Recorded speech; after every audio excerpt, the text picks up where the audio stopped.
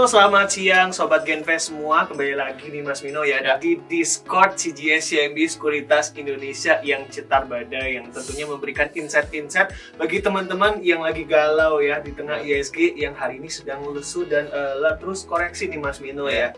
Nah, tentunya kita mau menyapa dulu nih, halo teman-teman ya yang ada di Discord ya, dan juga yang dimanapun yang selalu ngikutin programnya CGS CIMB Sekuritas Indonesia ya. Semoga dalam keadaan yang semangat ya, udah makan tentunya di siang hari ini supaya bisa punya energi ya untuk menjalani hari-harinya dan juga berinvestasi nih tentunya di tengah pergerakan harga IHSG ya yang cenderung masih terombang-ambing nih Mas ya, dengan kondisi makro secara global. Nah, mungkin ngomongin IHSG hari ini Mas, mungkin boleh dikasih penjelasan nggak nih kira-kira kondisinya seperti apa nih kabar IHSG hari ini Mas? Ya, untuk IHSG hari ini terpantau mengalami koreksi yang cukup dalam ya. Setidaknya di sesi 1 tadi itu IHSG ditutup turun 0,68 ya, 0,8%. Nah, dari sisi sektoral nih ada 3 sektor nih yang menjadi pemberat nih, Ji. Yang pertama adalah sektor energi, kemudian yang kedua industrial, dan yang ketiga adalah basic material. Nah, sebenarnya kalau kita lihat lebih dalam ya, ketiga sektor ini sebenarnya isinya ya semuanya berkaitan, dalam artian berkaitan dengan yang namanya komoditas.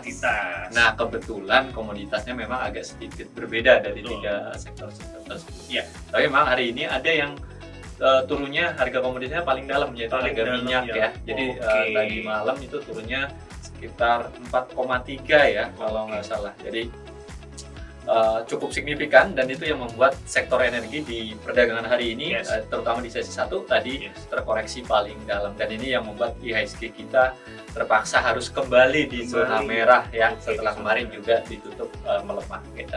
Nah, ngomong-ngomong soal minyak nih, kira-kira faktor apa aja sih yang membuat harga minyak di perdagangan kemarin itu turunnya sampai 4%? Oke, nah tentunya itu yang ditanyain ya teman-teman ya, yang membuat market hari ini tuh cukup ngegrak lumayan ya. Nah Mas Mino, sebelum kita bahas lebih lanjut ya, kita mengingatkan nih Sobat Genfest yang di Discord ya, ini silahkan kalau ada pertanyaan bisa langsung segera di drop pertanyaannya ya di fitur chat ya, ataupun juga yang mau bincang-bincang ngobrol sama kita ya. Nah, ini juga bisa nanti raise hand, nanti kita akan ngobrol tentang keluh kesah teman-teman ya. Mungkin kira-kira ada saham yang masih galau nih, kira-kira baiknya di hold ataupun cut loh. Nah, itu nanti bisa langsung aja ya, di raise hand aja di Discord ya. Nah, ngomongin tentang minyak ya Mas ya. Jadi harga minyak yang tadi udah di-mention oleh Mas Mino ya, di closing terakhir ya, ini koreksi cukup dalam ya. Dan level ini yang terendah nih sejak penurunan di Juli 2023. Nah, tentunya mungkin dari sentimennya ini cukup banyak yang mempengaruhi ya Mas ya. Nah, tentunya yang pertama dari segi data ekonomi di Cina nih Mas ya. Dan kemudian yang dimana dari segi resultnya ya, ini lebih rendah daripada ekspektasi dari konsensus atau pelaku pasar. Iya ya, kalau kita lihat ekspor ya, ini terutama terkait dengan data ekspor ya. Karena kita tahu ekspor ini akan menentukan salah satu indikator seberapa besar ekonomi Cina itu akan bertumbuh. Kalau ekspornya naik, ya tentunya ini sinyal yang positif ya. Tapi ini kebetulan memang tadi seperti yang dikatakan oleh Aji ya, bahwa ternyata ekspornya di bulan Oktober itu turun 6,4% ya. Ini lebih tinggi dibandingkan dengan sebelumnya 6,2% dan konsensusnya 3,3%.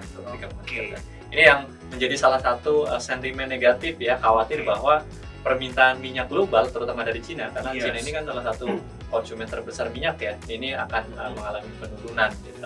Nah, dua sentimen lain kira-kira apa nih Ji yang turut menyumbang nih pelemahan dari harga minyak itu sendiri? Oke, kalau tadi dari Cina nih Mas ya. Nah, salah satunya yang berikutnya adalah dari Amerika Serikat ya. Nah, jadi data terbaru ini menunjukkan bahwa di cadangan di US ya Mas, ini naik cukup signifikan ya. Dan kalau kita lihat ya dari segi American Petroleum Institute ya, ini melaporkan untuk persediaan minyak mentah ya di pusat penyimpanan di cruising ini meningkat 1,1 juta barrel di pekan lalu ya, dan tentu ini akan menjadi kenaikan terbesar ini dari bulan Juni kemarin ya. Nah ini kalau dikonfirmasi dari data pemerintah di US ya.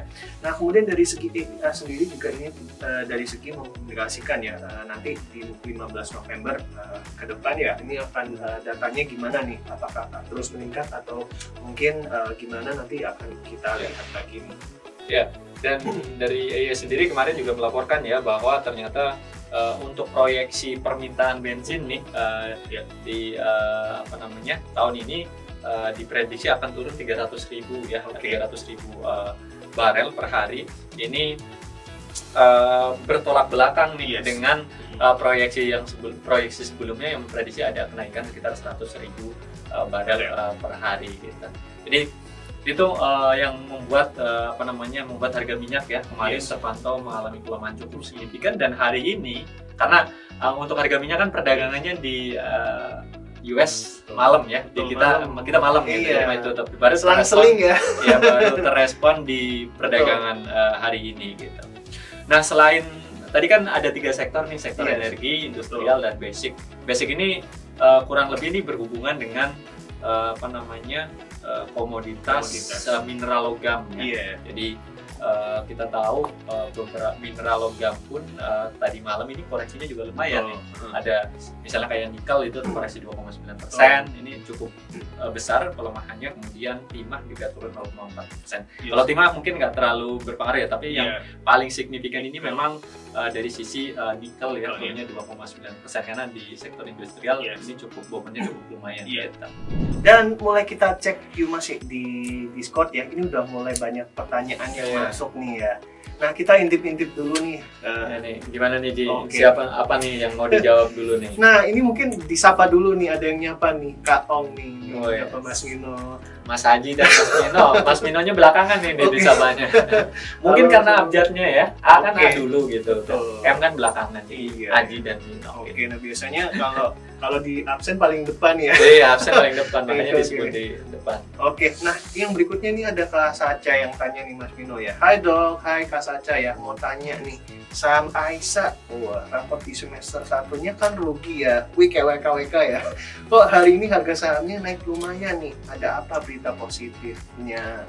Oke, langsung kita lihat dulu nih intip saham AISA ya. Ya, untuk saham AISA hari ini kita pantau hari ini sempat naik ya sekitar 2%-an nih Mas Mino ya untuk AISA ya. Nah kalau kita lihat dari segi raportnya ya di semester 1 memang ini masih rugi nih Mas Mino ya. Dia udah keluar kuartal 3. Udah keluar nih. Nah jadi resultnya gimana nih? Jadi dengan raport di semester 1 yang rugi ya, semester pertama nih. Nah perseroan ini optimis ya bahwa di semester 1 ini bisa improve. Nah terbukti nih di kuartal 3 penjualannya meningkat ya 0,49% secara year on year ya. Dari segi laba brutonya itu juga positif ya, naik 30%. Kemudian hasil akumulasi laba bersih ya sampai dengan 9 bulan pertama di 2023 ini melesat 136% ya secara year on year ya. Dan next mungkin harapannya kuartal 3 nanti ini udah keluar, kuartal 4 ini juga bisa membungkus ya semester 2 ini bisa achieve ya, optimis bisa baik nih kinerjanya ya. Dan juga baru-baru ini nih Mas ya, AISA ya ini juga memperluas nih ekspansinya dengan ekspor mie kering ya ke luar negeri, yaitu ke Spanyol ya. Nah tentunya ini bisa membooster ya kinerja ke depan, dan tentunya dari AISA sendiri ya ini menargetkan bisa ekspor 3 juta pieces ya produk di tahun depan ya, dan tentunya ini bisa jadi tambahan katalis nih untuk di tahun depan ya untuk AISA-nya sendiri. Untuk saham MPPA nih ya dari Mas Mino nih. Dan next berikutnya Kak Nana tanya lagi nih ya. Nah ini Kak Nana kepo nih, kira-kira rekomendasi saham yang kira-kira secara jangka panjang itu bagus, cerah. Nah itu gimana tuh Mas ya? Ya sebenarnya ada satu sektor yang kalau menurut saya secara long term ya teman-teman juga bisa lihat sih. Sebenarnya lihatnya gampang, dari sisi chartnya juga bisa lah. Jadi ada satu sektor yang secara long term ya, long term ini saya ngomongnya bahkan misalnya bisa puluhan tahun lah, 30 tahun atau bahkan ya. Itu adalah sektor perbankan, tapi perbankan yang di cap ya. Itu Ya anggap aja misalnya kalau teman mau yang benar-benar yang paling istilahnya saat ini cukup tahan banting, misalnya kayak mau ngambil BRI atau BCA itu no worries lah ya. Kalau untuk kayak teman-teman yang investasi long term, karena untuk emiten-emiten perbankan ini memang sebenarnya sensitif terhadap gejolak ekonomi, tapi biasanya reboundnya juga cepat, dan ini siklusnya atau fluktuasinya ini biasanya nggak separah seperti saham-saham di sektor komoditas misalnya. Ini biasanya kalau di sektor komoditas misalnya itu baliknya biasanya lama, tapi kalau ini kalau sekalinya event baru ekspektasi ekonomi membaik, ini biasanya udah membal duluan gitu. Jadi ini apalagi waktu zaman COVID kemarin ya Mas ya. Betul. Jadi kalau zaman COVID yang duitnya banyak terus mereka borong saham BCA, sekarang udah kaya raya itu. Kipas-kipas nih. Oke, nah nggak kerasa nih Mas Mino ya, setengah jam nih kita ngobrol-ngobrol nih di Klinik Saham ya. Dan tentunya thank you banget nih Sobat Genvest ya, teman-teman semua yang udah bertanya di Discord kesempatan kali ini. Kembali lagi kita ngingetin ya, disclaimer on ya. Jadi apapun tadi kita ngobrolin ya, tetap keputusan akhir dalam berinvestasi ada di tangan teman-teman Sobat Genvest sebagai investor ya. Dan sampai jumpa nih teman-teman ya di Discord konsultasi klinik saham berikutnya. Dan tentunya jangan lupa untuk tonton rekamannya di YouTube ya, CGSCIMB Sekuritas Indonesia. Sampai jumpa di Discord ataupun program-program CGSCIMB yang lainnya, dan cuan teman-teman. Dadah.